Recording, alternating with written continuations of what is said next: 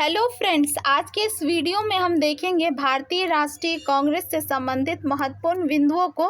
तो चलिए शुरू करते हैं। भारतीय राष्ट्रीय कांग्रेस की स्थापना को सबसे पहले समझते हैं।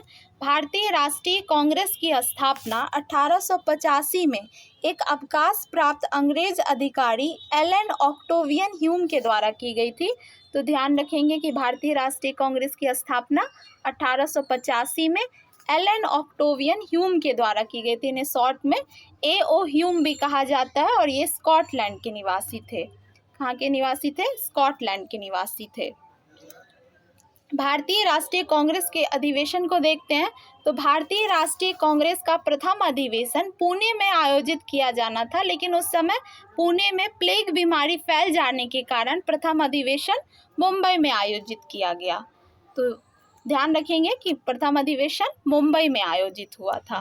भारतीय राष्ट्रीय कांग्रेस का प्रथम अधिवेशन 28 दिसंबर 1885 को मुंबई स्थित ग्वालिया टैंक मैदान के गोकुल दास तेजपाल संस्कृत विद्यालय में आयोजित किया गया था। तो यहाँ से तीन मुख्य बिंदु है कि इसका प्रथम अधिवेशन 28 दिसंबर 1885 को मुंबई में और कहाँ, तो गोकुल दास तेजपाल संस्कृत विद्यालय में आयोजित किया गया था। ये तीनों बात को आप ध्यान रखेंगे।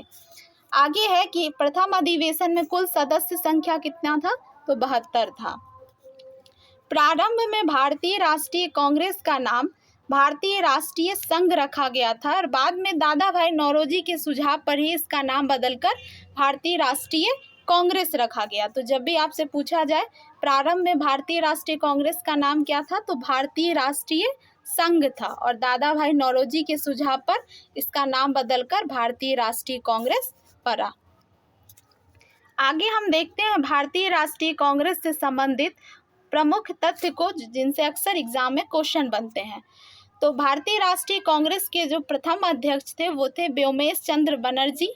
ध्यान रखेंगे, इम्पॉर्टेंट है। भारत का वायसराय पूछा जाए तो लॉर्ड डफरिन और ब्रिटेन के प्रधानमंत्री ग्लैडस्टोन। प्रथम अध्यक्ष व्योमेश चंद्र बनर्जी, भारत का वायसराय लॉर्ड डफरिन और ब्रिटेन के प्रधानमंत्री ग्लैडस्टोन।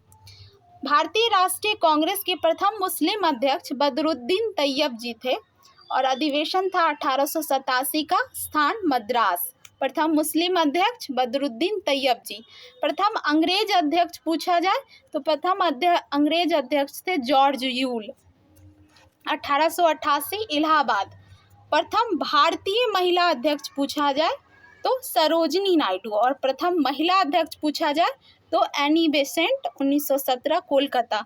तो ये दोनों अक्सर कंफ्यूज करता है। प्रथम महिला अध्यक्ष एनी बेसेंट 1917 में हुआ था ये अधिवेशन कोलकाता में, और प्रथम भारतीय महिला अध्यक्ष पूछा जाए तो सरोजिनी नायडू और ये अधिवेशन हुआ था 1925 में कानपुर में। इसके आगे हम देखते हैं कि भारतीय राष्ट्रीय कांग्रेस के दूसरे अधिवेशन की अध्यक्षता दादा भाई नौरोजी ने की थी 1886 में कोलकाता में। इसे भी ध्यान रखेंगे। सबसे ज़्यादा समय तक भारतीय राष्ट्रीय कांग्रेस के अध्यक्ष रहे थे मौलाना अबुल कलाम आज़ाद, 6 वर्ष रहे थे। और भारत की आज स्वतंत्रता के समय जो अध्यक्ष थे वो थे JB कृपलानी।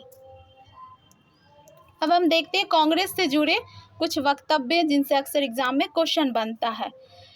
पहला है कि कांग्रेस लड़खड़ा कर गिर रही है और भारत में रहते हुए मेरी इच्छा है कि मैं उसे शांतिपूर्वक मरने में मदद कर सकूं। ये किनका कहना था?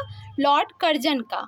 सेकंड है कि यदि हम मेढक की तरह वर्ष में एक बार टर्राएंगे तो भारतीयों को कोई सफलता नहीं मिलेगी। ये कहना था बाल गंगाधर तिलक का। थर्ड है कि कांग्रेस के लोग पदों के भूखे राजनीतिज्ञ हैं। तो ये कहना था बंकिम चंद्र चटर्जी का। तीनों ध्यान रखेंगे। अगला पॉइंट है कि कांग्रेस केवल सूक्ष्मदर्शी अल्पसंख्या का प्रतिनिधित्व करती है। ये कहना था डफरिन का। महात्मा गांधी द्वारा सुझाव दिया गया था कि स्वतंत्रता के बाद भारतीय राष्ट्रीय कांग्रेस को समाप्त कर दिया जाना चाहिए। अब हम देखते हैं कांग्रेस के प्रमुख वार्षिक अधिवेशन। हम यहाँ पर जो सबसे महत्वपूर्ण अधिवेशन है केवल उन्हीं को कवर कर रहे हैं जिनसे अक्सर क्वेश्चन बनता है। पहला अधिवेशन है बनारस अधिवेशन 1905। बनारस अधिवेशन के अध्यक्ष थे गोपाल कृष्ण गोखले। बनारस अधिवेशन अध्यक्ष पूछा जाए, गोपाल कृष्ण गोखले। इस समय बंगाल का विभाजन हुआ था, तो यहाँ से ध्यान रखेंगे कि कर्जन की बंगाल विभाजन की नीति का विरोध किया गया था। बनारस अधिवेशन में जो कर्जन ने बंगाल विभाजन किया था 1905 में, उस बंगाल विभाजन की नीति का विरोध किया गया था। अगला अधिवेशन है कोलकाता अधिवेशन। कोलकाता अधिवेशन हुआ था 1906 में और इस समय अध्यक्ष थे दादा भाई नौरोजी। इससे पहले हमने देखा था कि दादा भाई नौरोजी जी जो है वो भारतीय राष्ट्रीय कांग्रेस के दूसरे अधिवेशन की अध्यक्षता करते हैं और उन्हीं के द्वारा सबसे पहले स्वराज शब्द का प्रथम बार प्रयोग किया गया था। अगला इम्पोर्टेंट अधिवेशन है सूरत अधिवेशन 1907। सूरत अधिवेशन की अध्यक्षता रास बिहारी घोष ने की थी। इस समय कांग्रेस का प्रथम विभाजन हुआ था, इसलिए ये काफ़ी इम्पोर्टेंट हो जाता है कि सूरत अधिवेशन में ही कांग्रेस का प्रथम विभाजन नरम दल और गरम दल के रूप में हुआ था और सूरत अधिवेशन कब होता है? 1907 में। आगे हम देखते हैं लखनऊ अधिवेशन 1916। लखनऊ अधिवेशन 1916 की अध्यक्षता अंबिका चरण मजुमदार ने की थी और इस समय ही एनी बेसेंट और तिलक के प्रयास से नरम दल एवं गरम दल का पुनः कांग्रेस में एकीकरण हुआ था। तो ये दोनों अक्सर एग्जाम में क्वेश्चन के रूप में आता है कि किस अधिवेशन में कांग्रेस का प्रथम विभाजन हुआ था, तो आंसर हो जाएगा सूरत अधिवेशन 1907। और किस अधिवेशन में नरम दल और गरम दल का पुनः एकीकरण हुआ था, तो आंसर हो जाएगा लखनऊ अधिवेशन 1916। अगला अधिवेशन है हमारा बेलगांव अधिवेशन। बेलगांव कर्नाटक में है और ये अधिवेशन 1924 में हुआ था। ये अधिवेशन काफ़ी महत्वपूर्ण है क्योंकि इसमें महात्मा गांधी द्वारा एकमात्र बार अध्यक्षता की गई थी, तो इसे अच्छे से ध्यान रखेंगे। आगे देखते हैं लाहौर अधिवेशन। लाहौर अधिवेशन 1929। इस समय अध्यक्ष थे जवाहरलाल नेहरू। इस समय पूर्ण स्वराज की मांग की गई थी और 31 दिसंबर 1929 को, ध्यान रखेंगे 31 दिसंबर 1929 को लाहौर में रावी नदी के तट पर झंडा फहराया गया था। तो लाहौर अधिवेशन समय हो जाएगा 1929, अध्यक्ष जवाहरलाल नेहरू और 31 दिसंबर 1929 को लाहौर में रावी नदी के तट पर झंडा फहराया गया था, इसको ध्यान रखेंगे। और प्रतिवर्ष 26 जनवरी को स्वतंत्रता दिवस मनाने का भी निर्णय लिया गया था। अगला अधिवेशन है हमारा कराची अधिवेशन 1931। कराची अधिवेशन के अध्यक्ष थे वल्लभ भाई पटेल। कराची अधिवेशन 1931, अध्यक्ष वल्लभ भाई पटेल। इस समय गांधी इरविन समझौते का अनुमोदन हुआ था और मूल अधिकार का प्रस्ताव पास किया गया था। अगला अधिवेशन है हरिपुरा अधिवेशन। हरिपुरा अधिवेशन हुआ था 1938 में और इस समय अध्यक्ष थे सुभाष चंद्र बोस। ध्यान रखेंगे हरिपुरा अधिवेशन 1938 और अध्यक्ष थे सुभाष चंद्र बोस।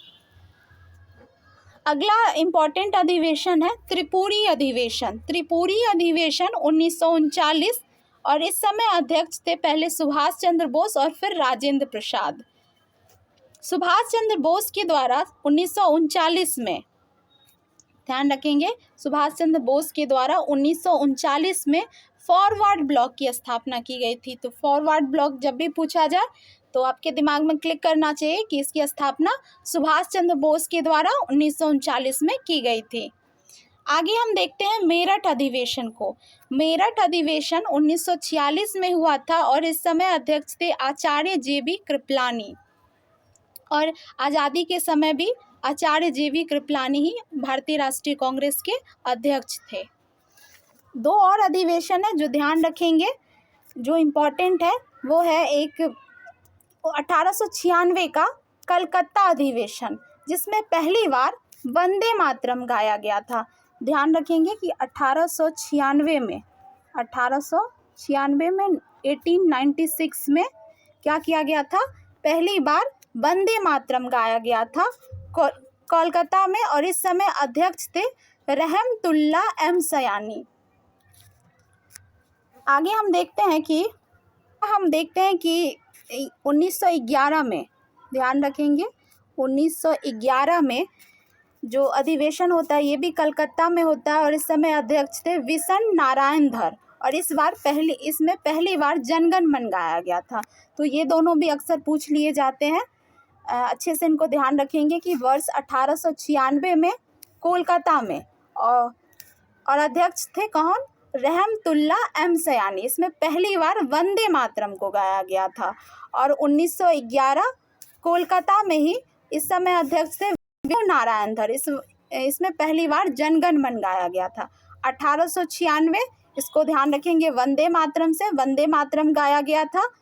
और 1911 में कोलकाता में जनगण मन गाया गया था। तो ये दोनों भी इम्पोर्टेंट है काफ़ी। अगला एक पॉइंट है कि सेफ्टी वॉल्व का सिद्धांत किसने दिया था, तो लाला लाजपत राय ने दिया था सेफ्टी वॉल्व का सिद्धांत। आज की ये वीडियो यहीं पर ख़त्म होती है। उम्मीद है कि आपको अच्छी लगी होगी। कैसी लगी कमेंट में ज़रूर बताइएगा। Thanks for watching.